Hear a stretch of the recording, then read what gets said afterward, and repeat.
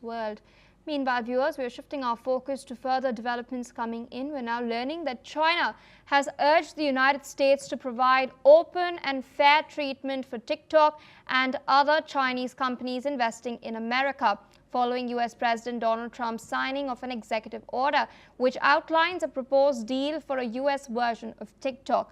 The Chinese Foreign Minister has also, in fact, spoken on the issue, stressing, that Beijing respects the will of enterprises and hopes that US will also maintain a non-discriminatory business environment for Chinese investors. Listen in. 我要重申，中方在 TikTok 问题上的立场是清楚的。中国政府尊重企业意愿，乐见企业在符合市场规则基础上做好商业谈判。 达成符合中国法律法规、利益平衡的解决方案，希望美方为中国企业到美国投资提供开放、公平、非歧视的营商环境。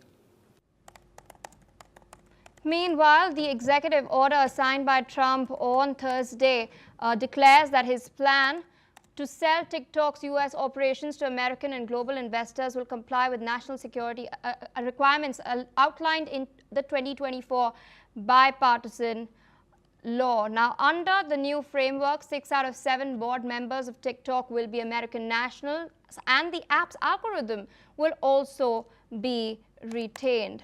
The U.S. user data will also be stored on an Oracle cloud server outside the control of China's ByteDance. Moreover, Trump has highlighted his positive discussions with Chinese President Xi Jinping, who has approved the deal. With us on the broadcast is Dr. Bonnie Yushi Liao, Assistant Professor at Tamkang University in Taiwan, joining us from Taipei. Thank you so much for taking our time speaking to us on NewsX World. At the outset, I'd like to ask you, it's clear now that China has expressed concerns in a way, calling for fair treatment of other Chinese companies in the United States of America. So, in your assessment, is China concerned that this TikTok deal will set a precedent for other Chinese tech companies operating through the United States? The short answer is yes, unless lawmakers step in. The arrangement effectively creates a TikTok model, license the technology, park data, and infrastructure in the US, and argue that risks are contained. You could easily imagine versions of this for like EV batteries or software stacks, BYD, CATL, even other consumer apps. But precedence should come from law, not one-off contracts.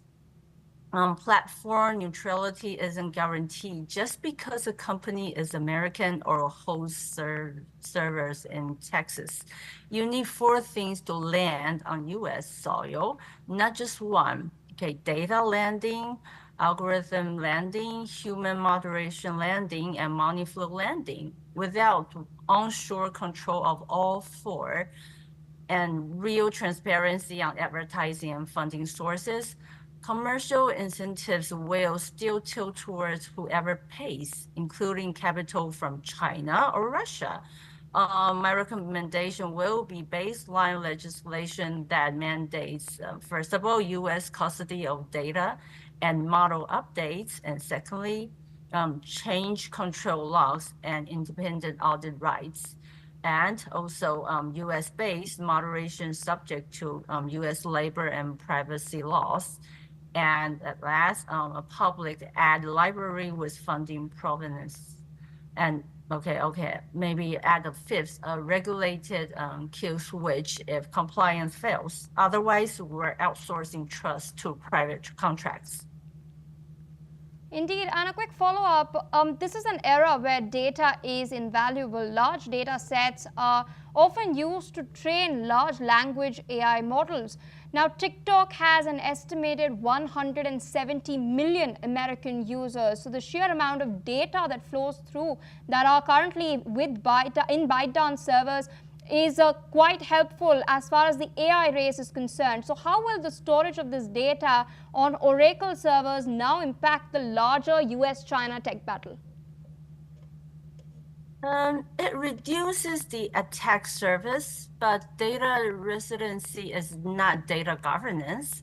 The big question are who writes and updates the code, who tunes the recommendation parameters, and where do labelers sit, who sees the telemetry. If code and model weights are updated from abroad and ad revenue decisions can be influenced offshore, the America storage alone doesn't solve the strategic problem. So we should remember that large user data sets don't just power ads, they shape recommendation models and can train AI.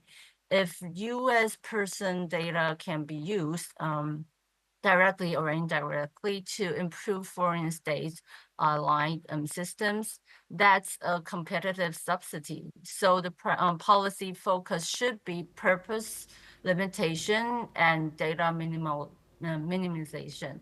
A ban on using US person data to train foreign models without explicit revocable consent, provenance logs for any training or fine tuning, and third-party monitors with standing audit rights, and onshore sealed environments for model evaluation and red teaming. So the bottom line will be Oracle servers are a control, not a cure.